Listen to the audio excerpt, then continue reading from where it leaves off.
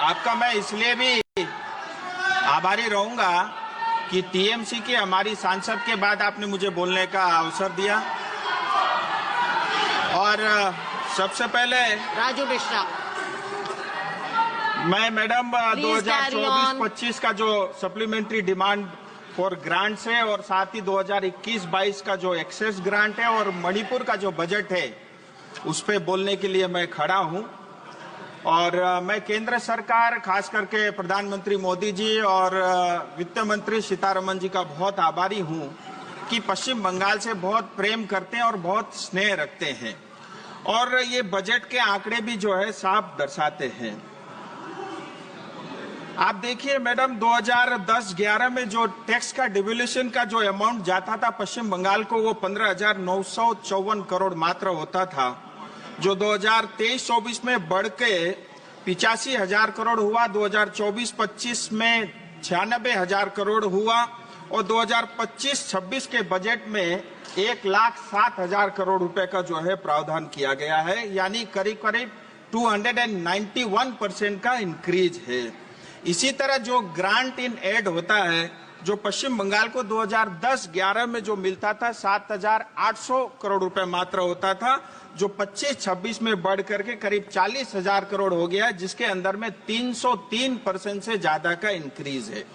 मैं आभारी हूं केंद्र सरकार का, लेकिन मुझे ये बताते हुए तकलीफ भी है कि जो केंद्र सरकार पैसा जो है पश्चिम बंगाल की 10 करोड़ जनता को भेजती है, वो पैसा जनता तक नहीं पहुंचता, क्योंकि हमको जो मुख्यमंत्री मिली है वो एक जादूगर है और जादूगर मुख्यमंत्री पश्चिम बंगाल को मिला है। इसकी वजह से ये लाखों करोड़ रुपया जो है जनता तक नहीं पहुंचता।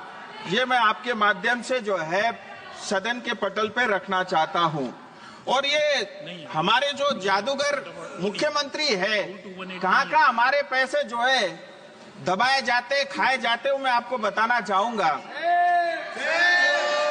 मैडम, ये लोग श्रमिक यानी गरीब टी गार्डन वर्करों का जमीन खा गए।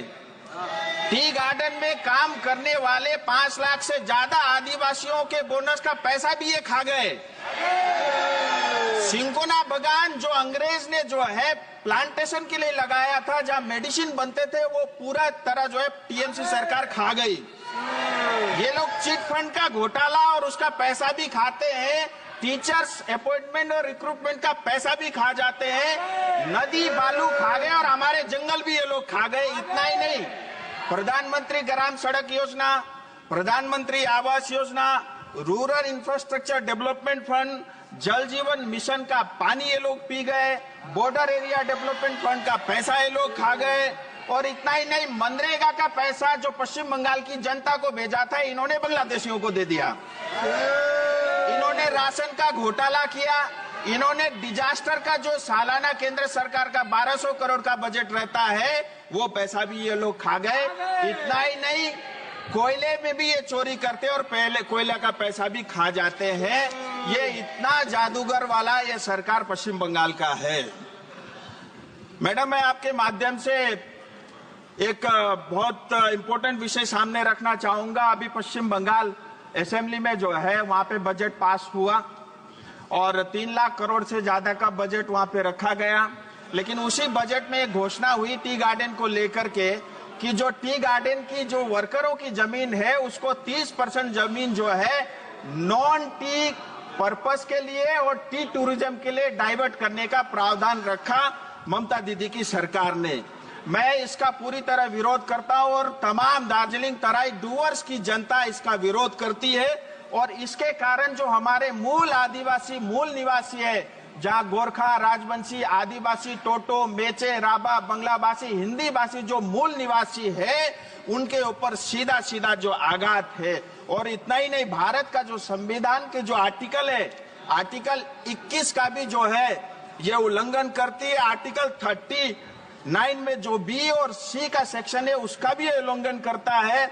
इतना ही नहीं, पश्चिम बंगाल सरकार की खुद का जो लैंड रिफॉर्म एक्ट है 1955, उसका ये उल्लंघन करती है। इतना ही नहीं, पश्चिम बंगाल स्टेट एक्विजिशन एक्ट 1953, इसका भी ये वायलेशन करती है। और टी एक्ट 1953 के अंतर्गत भी जो है, कभी भी जो है टी बोर्ड से और उस मिनिस्ट्री से बगैर परमिशन के आप जो है लेन को डाइवर्ट नहीं कर सकते, उसका भी ये उल्लंघन करते हैं। और मैं आपको और बताना चाहता हूं, इस जमीन की असली मालिक जो है हमारे श्रमिक माता पिता और भाई बहन है। मैं आपको इतिहास में लेके जाना चाहूंगा। दार्जिलिंग तराई डूवर्स का क्षेत्र जो है 1861 से लेकर के 1870 तक ये रेगुलेटेड एरिया होता था।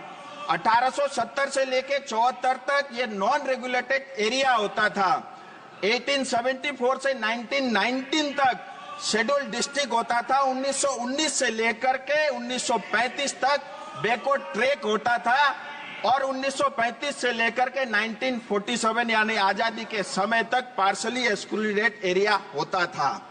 नॉर्थ ईस्ट में जितने भी प्रदेशों में ये प्रावधान था, आगे चल के सारे जो है वो क्षेत्र अलग अलग राज्य या स्टेट या यूटी बने, लेकिन 1954 एब्जॉर्ब एरिया 1 के अंतर्गत जो है हमें पश्चिम बंगाल का हिस्सा बनाया गया। मैं इतिहास में मैडम को जरूर बताना चाहूंगा कि इतिहास की जानकारी रखे। और पश्चिम बंगाल सरकार हमारी जमीन की मालिक नहीं है, वो मात्र केयरटेकर है और मालिक हमारे श्रमिक है। मैं सदन से टीएमसी को बताना चाहूंगा, एक और आंदोलन का आमंत्रण आप कृपया करके न करें। हमारे साथ अन्याय हुआ है। हमने बार बार भारत सरकार से ये मांग की है कि हमारे साथ न्याय हो। भारत के संविधान के अंतर्गत दार्जिलिंग तराई और डूवर्स की जनता को न्याय मिलना चाहिए। जल जीवन मिशन बहुत अच्छा कार्यक्रम भारत सरकार ने लॉन्च किया है। मुझे बताते हुए खुशी है, सिर्फ दार्जिलिंग कॉन्स्टिट्यूएंसी के अंदर में 714 प्रोजेक्ट के लिए 2450 करोड़ रुपया, यानी पश्चिम बंगाल के एक जिले को 2450 करोड़ रुपया जल जीवन मिशन के लिए भारत सरकार ने दिया। और इस मिशन का नाम था हर घर जल, लेकिन पश्चिम बंगाल में जाकर के ये जो स्कीम का नाम बदल करके हर घर नल हो गया, क्योंकि नल तो लग गए, पानी उसमें है ही नहीं। और आंकड़ों में 54% जो है हाउस होल्ड को इन्होंने टैप वाटर से जोड़ा, ऐसा कागजों में है, लेकिन 20% भी काम नहीं हुआ है। सारा जल का पानी भी टीएमसी सरकार खा गई। हाल ही में केंद्र सरकार ने थर्ड पार्टी इंस्पेक्शन के थ्रू ऑडिट किया था। मैं केंद्र सरकार से निवेदन करता हूं कि जो हमारी हिस्से का पानी का पैसा है वो हमारी जनता को मिले, और जिस सरकार ने, जिस कॉन्ट्रैक्टर ने भ्रष्टाचार किया है उसको जेल के अंदर डाला जाए।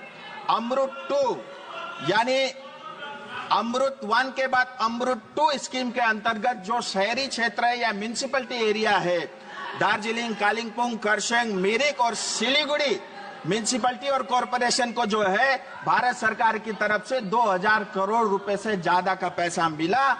और अभी इसमें टेंडर हुआ नहीं है, प्रक्रिया में है। लेकिन ये मुझे बताते हुए बहुत कष्ट है कि टेंडर होने से पहले ही 10% कमीशन में टीएमसी सरकार ये टेंडर बेच चुकी है। फिर मैं आता हूं, डिजास्टर का पैसा जो है हर साल 1200 करोड़ रुपए केंद्र सरकार देती है पश्चिम बंगाल को।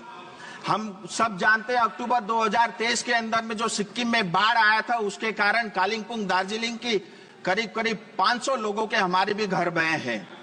लेकिन इतने साल होने के बावजूद भी सालाना 1200 करोड़ रुपए डिजास्टर को मिलता है, डिजास्टर बजट के अंतर्गत पश्चिम बंगाल सरकार को मिलता है, लेकिन आज तक हमारी जनता को कुछ नहीं मिला। इसी तरह मैं रेलवे मंत्री का भी बहुत आभारी हूं। रेलवे के अलग अलग करीब 45 प्रोजेक्ट के लिए पूरे पश्चिम बंगाल को 4660 किलोमीटर के लिए 64,000 से ज्यादा का जो है बजट में आवंटन किया है। और 101 से ज्यादा अमृत स्टेशन बन रहे हैं। 2014 से लेकर के अभी तक जो है 450 से ज्यादा फ्लाईओवर और आरओबी पश्चिम बंगाल में बने हैं। बागडोगरा एयरपोर्ट के लिए मोदी सरकार ने हमें 1600 करोड़ रुपए दिया और जिसका काम भी ऑलरेडी चालू हो चुका है। और इसी तरह जो है हाईवे और रोड्स जो पश्चिम बंगाल में आज से पहले हमने कभी नहीं देखा, 2014 के बाद वो हम सबको देखने को। आपका